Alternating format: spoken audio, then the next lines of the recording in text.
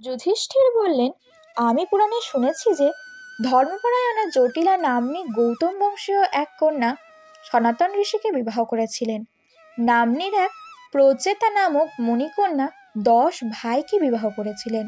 পণ্ডিতেরা বলেন, গুরুজন যা বলেন তাই নাকি ধর্ম এবং তাই অনুষ্ঠেয়।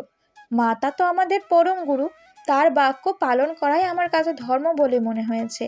এভাবেই মাতা কুন্তী ও যুধিষ্ঠিরের পরামর্শে দ্রৌপদী পঞ্চপাণ্ডবদের সাথে বিবাহ করেন। কিন্তু দ্রৌপদীর সাথে কেন এমনটা হলো? দ্রৌপদীর পঞ্চস্বামী প্রাপ্তির রহস্যই বা কোথার থেকে শুরু হয়েছিল? এর সূচনা হয়েছিল দ্রৌপদীর পূর্বজন্মের ঘটনা থেকে। দ্রৌপদী এ সমাজে মেয়েদের মতন কোনো সাধারণ মেয়ে ছিলেন না। দ্রুপদ রাজার যজ্ঞের অগ্নি থেকে তার জন্ম হয়েছিল। পূর্বজন্মে তিনি এক ঋষি কন্যা ছিলেন।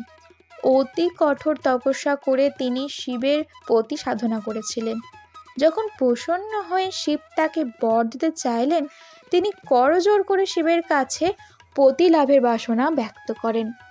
তিনি বলেন, হে মহাদেব, যদি প্রসন্ন হয়ে থাকেন তবে যাতে আমি সর্বগুণ সম্পন্ন পতি লাভে চরিতার্থ হতে পারি এইরূপ বর প্রদান করুন।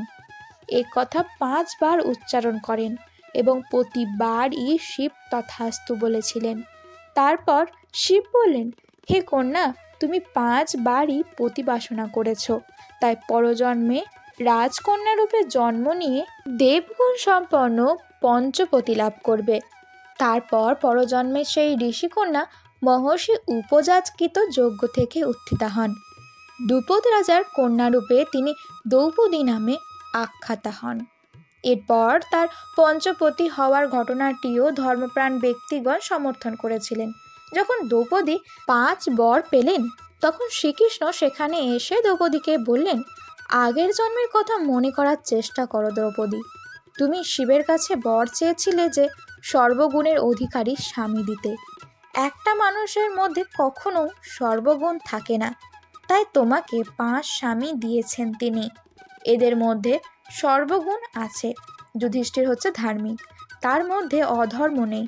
ভীম হচ্ছে শক্তিশালী, তার মধ্যে শক্তিধর আর কেউ নেই। নকুল হচ্ছে সর্বসৌন্দর্যবান, অর্জুন সর্বশ্রেষ্ঠ যোদ্ধা, আর সহদেব হচ্ছেন নীতিবান। কাউকে কখনো তার সাধ্যের বাইরে কিছু চাইতে নেই ভগবানের কাছে। ভগবানের কাছে অসম্ভব কিছুই নেই, কিন্তু যে চাইবে সে তা বহন করতে পারবে কি না তাও দেখতে হবে। এরপর 5 স্বামী দিয়ে তোমার বর যেমন পূর্ণ হয়েছে, তেমনি এটা তোমার জন্য অভিশাপও হয়ে উঠবে। দ্রৌপদী শ্রীকৃষ্ণ সমস্ত কথা কায় মনোবাক্যে পূরণ করলেন। রাধে রাধে।